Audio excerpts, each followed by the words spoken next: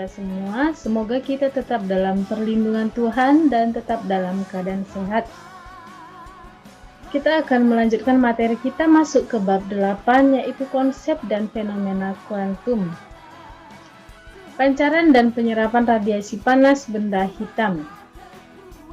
Dikatakan bahwa semua benda yang memiliki suhu akan memancarkan energi. Baik itu es yang memiliki suhu yang rendah, sebenarnya ada energi yang dipancarkan. Tetapi kita lihat bagaimana hubungan energi yang dipancarkan dengan panjang gelombangnya. Benda pada suhu tertentu akan memancarkan energi panas yang merupakan spektrum kontinu dari panjang gelombang. Pada suhu rendah, kecepatan pancaran juga rendah sehingga energi pancaran memiliki panjang gelombang yang panjang. Jadi suhu rendah, kecepatan pancarannya rendah, dan energi pancaran akan menghasilkan panjang gelombang yang besar. Artinya bahwa panjang gelombang itu berbanding terbalik dengan suhu bendanya. Artinya kalau suhunya rendah atau kecil, maka panjang gelombangnya akan besar. Jadi di sini kita akan tinjau untuk benda hitam. Kenapa benda hitam? Benda hitam itu adalah benda yang sangat sempurna untuk memancarkan dan menyerap radiasi panas.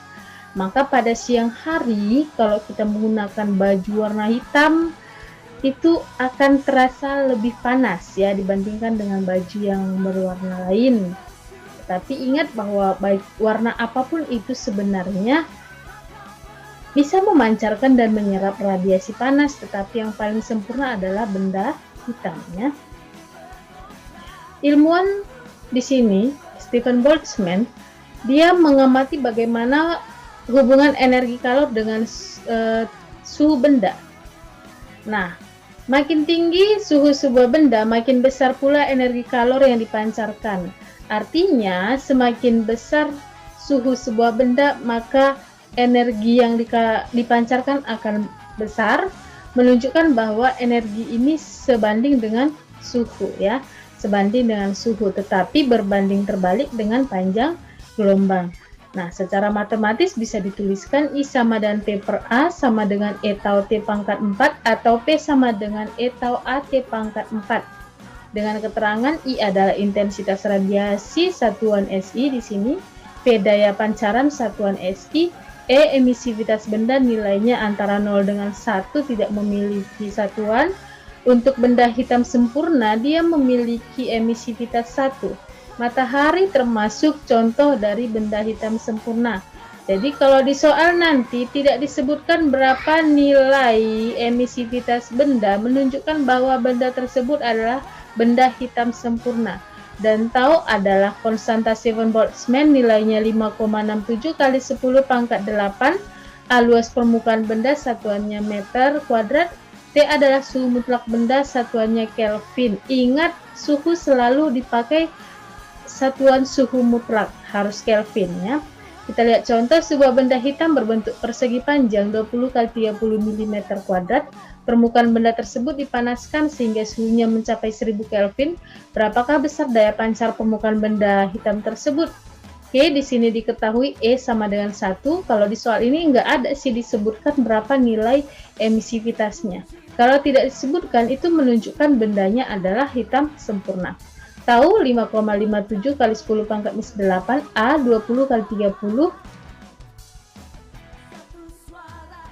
mm kuadrat itu menjadi, kita harus ubah ke meter kuadrat ya, dan T adalah 1000 Kelvin. Nah, kemudian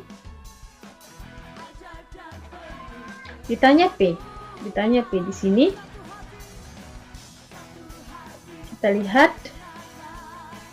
P sama dengan E tau AT pangkat 4 dengan menyisikan nilai-nilai di sini ya, mengisikan nilai-nilai. Nah, di sini kan sudah diubah ke meter kuadrat ya, kali 10 pangkat minus 6. Itu nilainya menjadi 33 kali 33,42 watt. 33,42 watt. Kemudian berikutnya pergeseran Wien. Pergeseran Wien itu kita lihat bagaimana perumusan mengenai pergeseran Wien. Pergeseran Wien merumuskan bahwa hubungan sederhana antara panjang gelombang yang dipancarkan untuk intensitas maksimum lambda maksimum sebuah benda dengan suhu mutlaknya T itu dirumuskan dengan lambda maksimum kali T sama dengan C. Lambda maksimum T sama dengan C dengan lambda maksimum satuannya meter, C adalah tetapan nilainya 2,898 kali 10 pangkat minus 3, terkadang 3 kali 10 pangkat minus 3. Nanti dipakai sesuai dengan keterangan di soal. Dan T adalah suhu mutlak benda, satuannya Kelvin. Nah, ini dia grafik pergeseran Wien ya, grafik pergeseran Wien. Nah, Wien ini hanya bisa digunakan, persamaan Wien ini hanya bisa digunakan untuk panjang gelombang yang kecil. Ya, untuk panjang gelombang yang kecil, sehingga Wien memiliki kelemahan tidak dapat digunakan untuk panjang gelombang yang besar. Nah, kira-kira seperti itu. Kemudian kita lihat contohnya, suhu di permukaan matahari sekitar 5000 Kelvin. Bila laju cahaya 3 kali 10 pangkat 8 meter per sekon, berapakah frekuensi cahaya yang dipancarkan? Rumusnya T sama dengan 5000 Kelvin, C 3 kali 10 pangkat 8 meter per sekon, C besar konstanta tadi ya, konstanta 2,898 kali 10 minus 3 meter Kelvin. Yang ditanya adalah frekuensi cahaya yang dipancarkan. Kita pakai dulu persamaan Wien tadi, pergeseran Wien. Lambda maksimum kali T sama dengan C, diisikan nilai-nilainya diperoleh 5,796 kali 10 pangkat minus 7 meter. Karena ditanya adalah frekuensi, kita kaitkan dengan C sama dengan lambda kali F. Dengan lambdanya sudah diperoleh ya, maka diisikan nilai hasilnya 5,18 kali 10 pangkat 14 Hz. Kemudian hukum Rayleigh-Jeans. Rayleigh-Jeans menggunakan dalil ekuipartisi klasik untuk menentukan energi rata-rata osilator. Mereka merumuskan rapat energi total. Kenapa di sini dikatakan mereka? Di sini ada dua ilmuwan ya. P sama dengan 8V kT per lambda pangkat 4. Nah, di sini P sama dengan rapat energi total, kemudian K tetapan Boltzmann, dan lambda panjang gelombang. T adalah suhu mutlak, satuannya Kelvin. Kelemahannya tidak dapat digunakan untuk panjang gelombang kecil. Jadi kalau tadi Wien tidak dapat digunakan untuk panjang gelombang besar, Rayleigh-Jeans tidak dapat digunakan untuk panjang gelombang yang kecil. Akhirnya seorang ilmuwan, Max Planck, dia memikirkan bagaimana supaya satu persamaan itu bisa digunakan untuk panjang gelombang yang besar dan panjang gelombang yang kecil. Maka dia menemukan satu persamaan, menemukan energi yang dipancarkan ya, dengan persamaan En sama dengan N kali H kali F. Dengan N adalah banyaknya foton. Di sini dianggap bahwa radiasi atau cahaya yang dipancarkan itu adalah bentuk foton. Bisa dimulai 1, 2, 3 dan seterusnya. Untuk fotonnya 1 berarti N-nya 1, untuk foton 2 N-nya 2 dan seterusnya. Kemudian F frekuensi, satuannya Hertz, H tetapan Planck, satuannya nilainya 6,6 kali 10 pangkat minus 34 Joule/sekon, dan En adalah energi N foton. Kalau tidak disebutkan berapa jumlah foton, berarti N-nya sama dengan 1 ya. Kita lihat contoh di sini. Energi foton sinar gamma adalah 10 pangkat 8 elektron volt. Jika H sama dengan 6,6 kali 10 pangkat minus 34 Joule/sekon, dan C 3 kali 10 pangkat 8 meter per sekon. Tentukan panjang gelombang sinar gamma tersebut dalam satuan angstrom. Datanya E sama 10 pangkat 8 elektron volt. Kita ubah ke Joule karena satuan energi adalah Joule.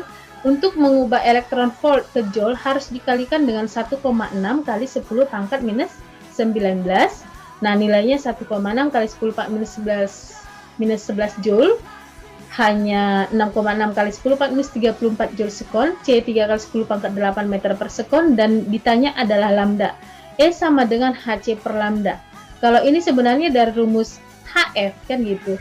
F itu kan rumusnya C per lambda. F itu kita ganti menjadi C per lambda. Nah, ditanyakan lambda, berarti lambda sama dengan Hc per E dengan mengisikan nilai-nilainya. maka diperoleh dia lambda sama dengan 12,375 kali 10 pangkat minus 15 meter. Karena permintaan dalam satuan angstrom, maka harus dikalikan 10 pangkat 10. Ingat 1 meter itu sama dengan 10 pangkat 10 Armstrong. Maka nilainya 12,375 kali 10 pangkat minus 5 Armstrong. Nah, demikian untuk materi kita hari ini.